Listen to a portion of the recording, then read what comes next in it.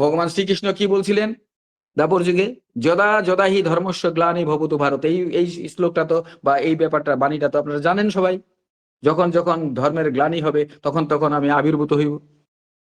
উনি তো আজকে 5000 বছর আগে আসছিলেন, ভগবান শ্রীকৃষ্ণ লীলা করলেন। তার পরবর্তীতে উনার মতাদর্শকে স্প্রেড করার জন্য, সবাইকে জানাবার জন্য অনেকেই আসছেন। অভয়াচরণ দে আসছেন, ভক্তি বেদান্ত শ্রীল প্রভুপাদ, ইস্কন, যারা আমরা এই অনুষ্ঠানটাকে ইস্কন বলি, সারা পৃথিবী ব্যাপী সেই কৃষ্ণ কৃষ্ণ নাম প্রচার হইতেছে, আপনারা সবাই জানেন। তাই না, শুধু মহাপ্রভু আসলেন। মহাপ্রভু লীলার ছলে নবদ্বীপে কি বললেন? আজকে কৃষ্ণনগর থেকে সিরাজ দাস, সিরাজ দাস জানবে এটা। এই নামই নাম নহেরে নিমাই, আরো নাম আছে। এই নামে লইয়া যাবে সেই নামের কাছে, এই হেন লীলা করিব দুইবার, ঘরে ঘরে সেই নাম হইবে প্রচার। একই সময়ে মহাপুরুষ শ্রীমন্ত শঙ্করদেব তার প্রিয় শিষ্য মাধবদেবকে নিয়ে আসামে লীলা করতেছেন। লীলার ছলে উনি কি বললেন? এই নামেই নাম নহয়, আরো নাম আছে, হত সহস্র নাম ঘুরে যার পাশে। এত সুন্দর ভাবে সবাই বলতেছে, তারপরেও কোথাও যেন একটা গীত লাগানো আছে। এটা এটা জেহাদি না, জেদের গীত, জেদ। আমি যাবো না, আমি যেখানে আছি ওখানেই থাকবো। এটা কিরকম কথা হলো কোন তো? এই কুয়ার জল খায় আমার 14 গোষ্ঠী মারা গেল, আর আমি যদি আজকে এই কুয়াটাকে জল না খাই আর কি, তাহলে এটা ওনাদেরকে অসম্মান করা হইব না? এই হচ্ছে আমাদের চরিত্র। অথচ একটা ভাইরাস যুক্ত একটা জলের ব্যাপার এখানে আছে। যে জলকে আমরা জীবনের সাথে আখ্যায়িত করছি, সেই জীবনটাকেই আমি রক্ষা করার জন্য এই জলটাকে কিউরিফাইও করলাম না। ওই জল 14 গোষ্ঠী আমার খাইয়ে গেছে এখানে, বুঝি আমি কেন খামো না? এই জেদের উপরে বেস করে কিন্তু আমার সর্বনাশ, আমাদের সর্বনাশ করতে চলছি আমরা। কে বলে নাই পূর্ণ শক্তি নিয়ে ঠাকুর আসবে? রামকৃষ্ণ পরমহংসদেব কি বললেন? দক্ষিণেশ্বরে লীলার ছলে হঠাৎ তার প্রিয় শিষ্য গুসাইকে কি বললেন? যে গুসাই, আমার তো যাওয়ার সময় হলো, তুই কি করবি? তখন গুসাই কনফিডেন্টলি কি বলছিলেন জানেন? যে ঠাকুর, তুমি তো আবার আসবেই, তোমার সাথে আমার দেখা হবে। তখন কামারপুকুরের ভাষায় ঠাকুর রামকৃষ্ণ দেব কি বলছিলেন জানেন? দুঃশালা, আমি 100 বছর পরে আসবো, তুই কি 100 বছর বাঁচবি নাকি রে? না ঠাকুর, তোমার সাথে আমার দেখা হবেই। কি কনফিডেন্স! দেখা হবেই বলে তার সাথে। তখন ঠাকুর রামকৃষ্ণ দেব উনাকে কথা দিলেন, যার শালা, তোকেই কথা দিয়ে গেলাম, আমি 2 বছর পরে আসবো। ঠিক দেখা গেল একটা সময় দক্ষিণেশ্বরে উনি সমস্ত ভক্তদের নিয়ে বসছে, বসে বলতেছে, এবার না আমি পার্শ্বদের সমস্ত জ্ঞান দিয়ে গেলাম না, আমি অচিরেই আবার আসবো। চিনতে যদি না পারিস, হাতে দেখবি হুকো কলকি। এটা রামকৃষ্ণ পরমহংসদেবের কথা। তাই না, শুধু যখন উনি বিদায় বেলায় শায়িত অবস্থায় আছেন, পাশে সারদা মা বসা। সারদা মাকে উনি কি বললেন? যে দেখো, আমার তো যাওয়ার সময় হলো, আমার বিদায়ের পর তুমি হাতের নোয়া ভাঙবে না, সিঁথির সিঁদুরও মুছবে না, তুমি সতবার বেশি থাকবে। আমি তো অচিরেই আবার আসবো, তুমি কিন্তু আমার সাথে দেখা করবে। দেখা গেল রামকৃষ্ণ পরমহংসদেব 2 বছর, মৃত্যুর 2 বছর পরেই কিন্তু হিমায়তপুরে ঠাকুর জন্ম নিয়ে নিলেন। একদম 2 বছর পরে। ওই যে মানে প্রিয় ভক্ত গোসাইকে যে কথা দিয়ে গেছিলেন, কথা দিলেন যে 2 বছর পরে আসবো, যার শালা, তোকে আমি কথা দিয়ে গেলাম। হ্যাঁ, যাই হোক, এইভাবে না সমস্ত ইন্ডিকেশন গুলো আছে। কিন্তু কিন্তু আমাদের কেন আমরা ঠাকুরকে গ্রহণ করি নাই বা ঠাকুরের সৃচনা আশ্রয় নিতে পারতেছি না? কারণ কি জানেন? কারণ কিন্তু একটাই, আমরা একটু গোয়ারা পণ্ডিত। আমি আমার এই জায়গায় থাকবো, আমি যে জায়গায় আছি ওই জায়গায় থাকবো, কিন্তু আমি কিছু জানিও না, জানারও চেষ্টা করবো না। আমি যেরকম আছি ভালোই আছি। সমস্যাটা কোন জায়গায়? আজকে রামকৃষ্ণ মিশনের কোনো মানুষকে আপনি যাজন করে দীক্ষা দিতে পারবেন ঠাকুর এখানে? পারবেন না। কেন কন্ত? ওখানে একটা জিনিস ওদের সুবিধা আছে, ওনাদের যা খুশি তাই খাও, যেভাবে চলার খুশি সব চলো, কোনো আপত্তি নেই। তাহলে তাহলে দেখা যায়, আজকে আজকে যদি আমরা একটু খুশ গল্প করেও যদি ইষ্টপ্রসঙ্গ করতে যাই, তাহলে দেখা যায় ইসলাম সভ্যতার মানুষ, ওরা বলতেছে যে তুমি মুসলমান হও মানে ইসলাম সভ্যতায় আসো, তুমি কিন্তু অন্য অন্য খাদ্যের সাথে গরুর মাংস খাইতে পারবা। খ্রিস্টানরা কি বলে? যে আমাদের এখানে আসো, এখানে গরুর সাথে গাহরিও খাইতে পারবা। আবার ইসলাম সভ্যতায় গাহরি খাওয়াটা হারাম। তো এখন ঘটনা হলো, ঠাকুর অনুকূল চন্দ্রের ছত্রছায়া যারা আছে তারা কি বলে গন্ত, তোমরা এখানে আসো, সবকিছু ছাড়তে পারবা। এখন আপনি যাবেন কোথায়? বাহাদুরিটা তো ঠাকুরের। তুমি আমার এখানে আসো, তুমি সবকিছু ছাড়তে পারবা, তুমি গো হত্যা ব্রহ্ম হত্যা যাই করে থাকে না কেন, তুমি আমার কাছে আসো, আমি ধুয়ে মুছি তোমাকে পরিষ্কার করে দেব, শান্তির রাস্তাকে ইন্ডিকেট করে দিব। ঠাকুরের বলা কথা এটা। যাবেন কোথায়? কোনো অল্টারনেটিভ নাই সৎসঙ্গের এখন। আমাদের এই কথাটা আমার না, এই কথাটা বর্তমান আচার্যদেব, তখন আচার্যদেব ছিলেন না, আমি দেওঘরে ছিলাম, উৎসব চলাকালীন হঠাৎ বললেন, মানুষ এখানে আসবে না তো যাবে কোথায়, যাওয়ার তো জায়গাও নেই। কেন? কেন এরকম ভাবে কথাটা বললেন? আসলে সৎসঙ্গের কোনো অল্টারনেটিভ নাই, নাই পৃথিবীতে অল্টারনেটিভ। বাঁচতে নরের যা যা লাগে তাই নিয়ে তো ধর্ম জায়গা, এগুলা এগুলা ঠাকুরের বাণী আমাদের মুখস্থ, লাভ নাই মুখস্থ করে। মুখস্থ করে কি হবে? ইমপ্লিমেন্টের দরকার আছে, ইমপ্লিমেন্টের দরকার আছে। এটা আমাদের দ্বারাই সম্ভব। এটা আমরাই গান গাই, অমৃতেরই পুত্র তোরা করতে পারিস বিশ্বজয়। বিশ্বজয়ের অধিকার আর ক্ষমতা যাই বলেন সব তো আমাদের আছে, আমাদের কাছে আছে। আমরা সবাইকে মানে ওয়েলকাম দিতে পারি। আমরা আমরা সমস্ত কিছু, আজকে দেখেন সৎসঙ্গীদের যে যে কোনো মানুষ যদি টুকা মারে, টুকা মারলেই কিন্তু অসুবিধা আছে, যে যে মজবিরই হোক না কেন, তার উত্তর কিন্তু তার কাছে আছে। যে যে ধরনের কথাই বলুক না কেন, যে ধরনের প্রশ্নই করুক না কেন, সব উত্তর তাদের কাছে আছে। সিরাজদা সত্যি জেহাদি মানুষ। সিরাজদা চায় সারা পৃথিবীতে রসুল বলা অনুসারে একদিনের জন্য ইসলাম প্রতিষ্ঠিত হোক। আর যার জন্য উনি এই জেহাদি মনোভাবের স্বার্থেই কিন্তু উনি ঠাকুরের সৃজনে এসে পড়ছে, আগে তো খাঁটি মুসলমান হোক। খাঁটি মুসলমান যার ইমানই নাই, সে আবার কিসের মুসলমান? এটা কি সিরাজদা জানে না?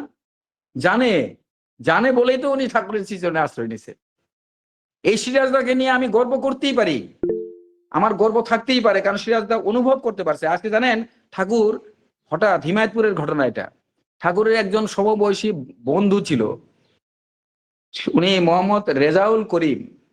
রেজাউল করিম তাকে ঠাকুরের এখানে সবসময় এসে বসে থাকতো, জানেন, এত ভক্ত, ঠাকুরকে এত ভালোবাসতো উনি। ঠাকুর ছাড়া ওনার চলতোই না, এরকম একটা ভাব।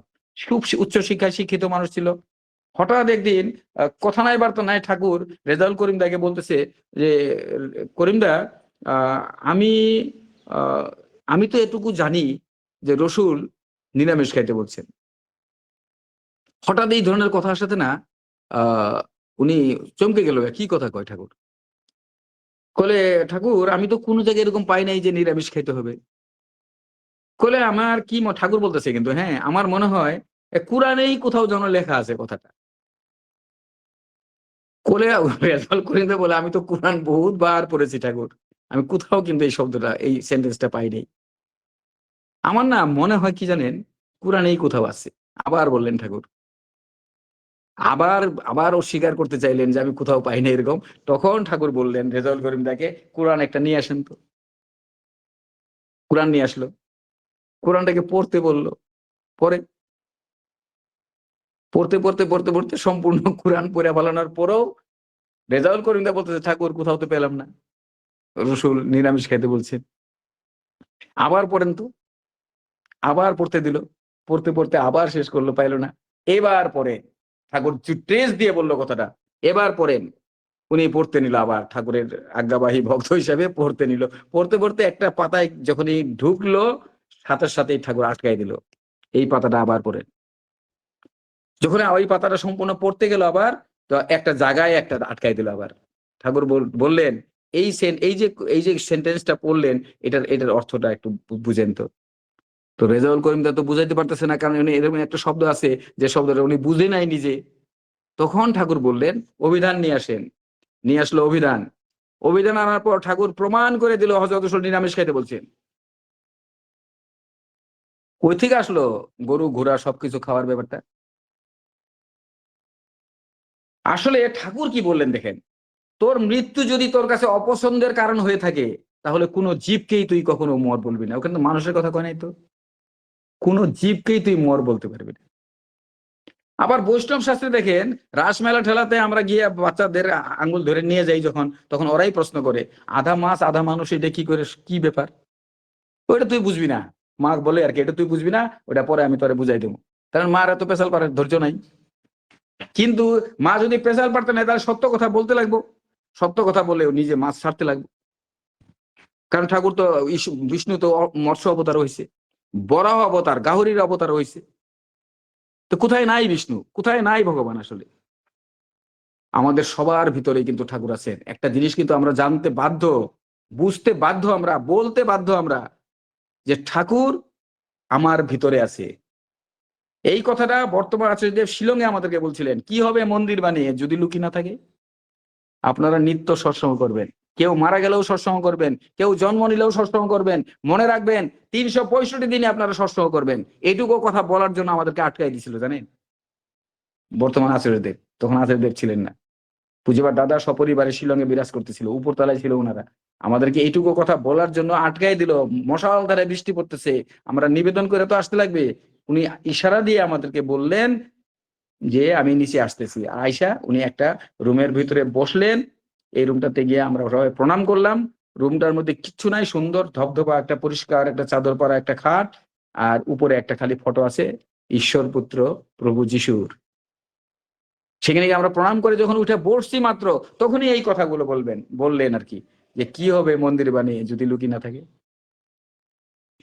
তাই দেখেন, আমরা না ভাগ্যবান আসলে, আমরা কৃতার্থের ব্যাপার আমাদের। ঠাকুর অহেতুক ঠাকুরের দয়ায়, ঠাকুরের শ্রীচরণে আমরা আশ্রয় নিছি, আশ্রয় পাইছি আসলে। এটা অবহেলা করতে নাই কিন্তু এটা। সিরাজদাকে আমি ধন্যবাদ দিব। সিরাজদা, আপনি খুব ভালো মানুষ, আপনি সত্যিই, কিন্তু আমি প্রমাণ দিতে পারবো না, কারণ পূর্বজন্মের অন্যান্য সমস্ত কিছু জাতিস্ম হলে আমি বলে দিতে পারতাম, আর ভগবান শ্রীকৃষ্ণ হলেও বলে দিতে পারতো। অর্জুনকে এই কথাটাই কুরুক্ষেত্রের যুদ্ধে বলছিলেন, দেখো অর্জুন, তোমার আমার মধ্যে তফাৎ আছে। তুমি এই পৃথিবীতে বহুবার জন্ম নিছো, আমিও বহুবার জন্ম নিছি। আমি কিন্তু আমার পূর্ব সব জন্মের কথা বলে দিতে পারি, তুমি কিন্তু পারবে না। শুধু তাই না, তোমার পূর্ব সব জন্মের কথা আমি জানি। এটুকু তফাৎ তোমার আর আমার মধ্যে অবশ্যই আছে। তুমি এই যুদ্ধক্ষেত্র থেকে পলায়ন করতে পারবে না।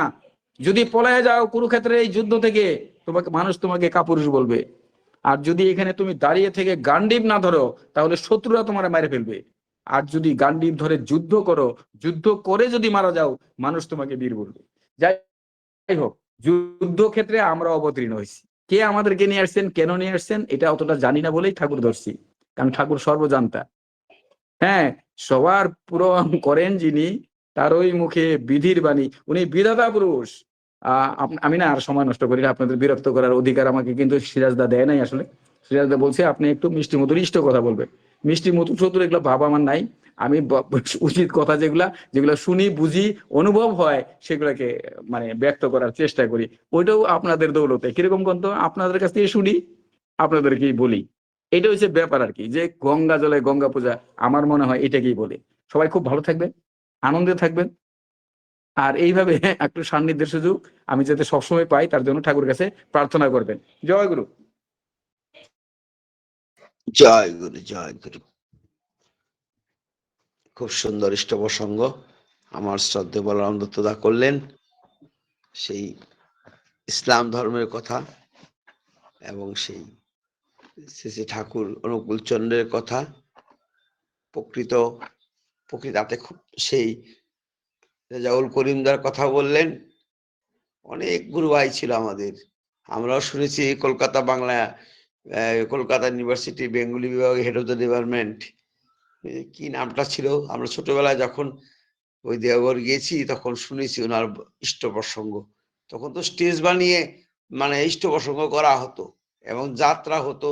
রাত্রে আমরা নাটক দেখতাম, যাত্রা গান হতো এবং বিকাল সারাদিন ব্যাপী ইষ্ট প্রসঙ্গ হতো।